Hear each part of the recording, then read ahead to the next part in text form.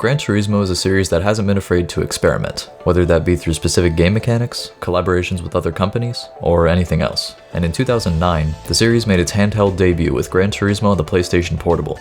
Around this same time, browser games were high in popularity, to the point where established video game series were getting official browser game tie-ins as a form of promotion. So about a week before Gran Turismo PSP's launch, a Flash game was released on the official GT website called Gran Turismo Skills. It was developed by a British studio known as Kerb, a developer that also did Flash game tie-ins for several other PlayStation series, including Mod Nation Racers and Uncharted. GT Skills is actually one of two Gran Turismo browser games that were created, the second one being a Facebook game released in 2010 called Take It to the Track, although there's not much known about it and it seems to be lost currently. But back to GT Skills. According to an archive of Kerb's website, it was actually reasonably popular, having over 3 million unique visits by July 2011 at the very latest. However, I'm tempted to assume that, in the context of Flash games, that figure isn't nearly enough to create a lasting impression. The game is rarely brought up nowadays and there are no mentions of it at all on the Gran Turismo wiki, so let's see if it was anything worth remembering.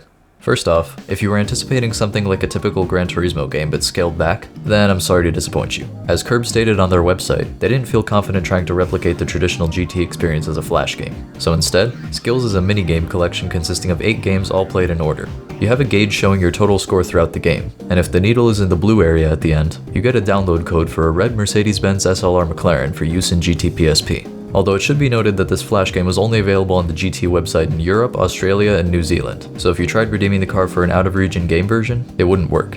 The first minigame is called Brain Trainer, where you're given 30 seconds to navigate a blue pointer around a constantly rotating track using the arrow keys. Hitting the sides of the track slows you down and turns the pointer red, and if you finish within the time limit, you can get up to 500 points based on how fast you were. The second minigame is Perfect Tone, where an engine sound is played and you have to correctly identify the car it comes from between 4 choices of manufacturer. You can replay the sound as many times as needed, although it does lower your potential score. Next up is Memorize the Track. You're shown a random track layout on a grid for a short amount of time, and have to reconstruct the track by placing and rotating track pieces. Placing the correct piece in the correct rotation gives you a perfect message and locks that piece in place. So technically there's nothing stopping you from just trying each piece randomly, but just like the first minigame, you are timed and your score is based on how fast you are. The fourth game is Cornering Skills, and you have to create a driving line that gives you the fastest speed out of a curve. You move 3 points along the start, middle, and end of the curve, and the game calculates the speed that your line provides and scores you accordingly. The next one is called Who's on Your Tail, where you're shown 4 partial images of cars and have to identify one from a certain manufacturer, giving you points for each one correctly identified.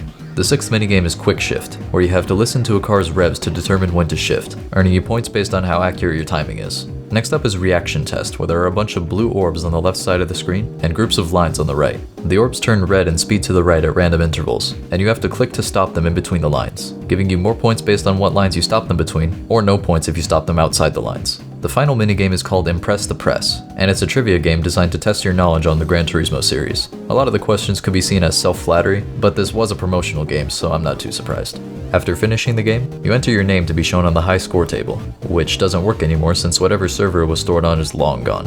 In between each minigame, there's a short cutscene that plays of a hand throwing 8 icons that represent all the minigames. I bring this up because while researching for this video, I found a Behance page which shows that the art direction and CG for GT Skills was handled by the Swedish company Recreative Studios. This page shows a higher quality image of the hand holding various other objects, as well as 2 game images with alternate menu designs. The latter image shows a placeholder question for the Impress the Press minigame, and a cropped version of this image is actually shown in-game as a preview icon. Finally, the Flash game has 4 buttons at the top with various extra things. The first button is pretty much just an ad for GT PSP, the second one lets you watch some video trailers, the third one shows you some promotional images, and the fourth one shows the high score table for GT Skills, which as mentioned previously doesn't work anymore. This page is where you can claim your red SLR by clicking Get It Now at the bottom right and typing your email address, which again, no longer works. But I want to touch on this specific car a little bit more, because it's actually pretty interesting. In GT PSP, the SLR McLaren is only normally available to buy in silver or black, not red. There were only a few ways to get the special red version, and it depended on what region you were in. In North America, you could get the car by purchasing episode 17 of the online magazine Core from the PlayStation Store,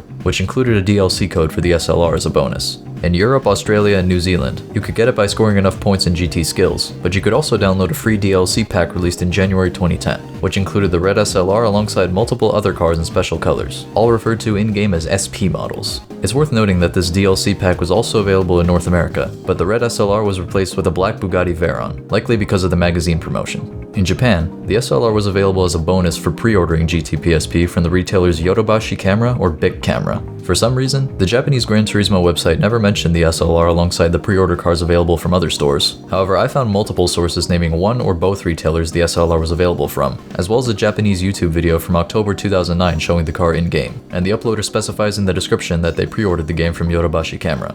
But I digress. Gran Turismo Skills is an interesting footnote in the series' history. I wouldn't call it some sort of hidden gem of a flash game, and there are much better options if you want your browser racing game fix, but it serves as a neat little piece of promotional material that's gone under the radars of many. If you've got a few minutes to spare, it's certainly not a bad way to spend them.